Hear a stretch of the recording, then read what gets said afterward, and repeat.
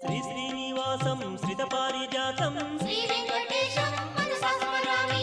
విశ్వస్మై నమః శ్రీ శ్రీనివాసం శ్రీ వెంకటేశం మనసా స్మరామి. విష్ణవే నమః శ్రీ శ్రీనివాసం శ్రీ వెంకటేశం మనసా స్మరామి.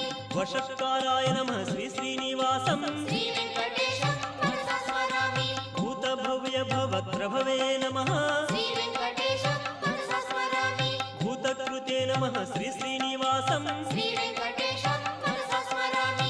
భూతభృతే నమః శ్రీ శ్రీనివాసం శ్రీ వెంకటేశం మనసా స్మరామి. భావాయ నమః శ్రీ శ్రీనివాసం శ్రీ వెంకటేశం మనసా స్మరామి. భూతాత్మనే నమః శ్రీ శ్రీనివాసం శ్రీ వెంకటేశం మనసా స్మరామి. భూతాత్మనే నమః శ్రీ శ్రీనివాసం శ్రీ వెంకటేశం మనసా స్మరామి.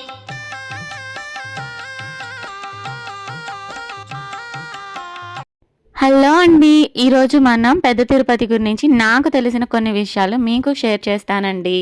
అలాగే నా ATM 1009 ఛానల్ని లైక్, షేర్ అండ్ సబ్స్క్రైబ్ చేయండి, మర్చిపోకండి. తిరుమల చరిత్ర. తిరుమల కలియుగ వైకుంఠం. కలియుగంలో దర్శన, ప్రార్థన, అర్చనలతో భక్తులను తరింపజేయటానికి సాక్షాత్ శ్రీ మహావిష్ణు శ్రీ వెంకటేశ్వరునిగా తిరుమల కొండలోని ఆనంద నిలయంలో అవతరించాడు. తిరుమల ఆలయాన్ని ఆనంద నిలయమని తొండమాన్ చక్రవర్తి నిర్మించాడని ప్రతీతి. తొండమాన్ చక్రవర్తి ఆకాశరాజు సహోదరుడు. దక్షిణ భారతదేశాన్ని పరిపాలించిన ప్రముఖ రాజులందరూ శ్రీ వెంకటేశ్వర స్వామి దాసులే.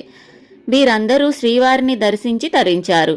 9వ శతాబ్దానికి చెందిన పల్లవులు, 10వ శతాబ్దానికి చెందిన చోళులు తంజావూరు, పాండ్యరాజులు మదురై, 13, 14 శతాబ్దానికి చెందిన విజయనగర రాజులు శ్రీవారికి విలువైన కానుకలు సమర్పించినట్లు శిలాశాసనాలు చెబుతున్నాయి.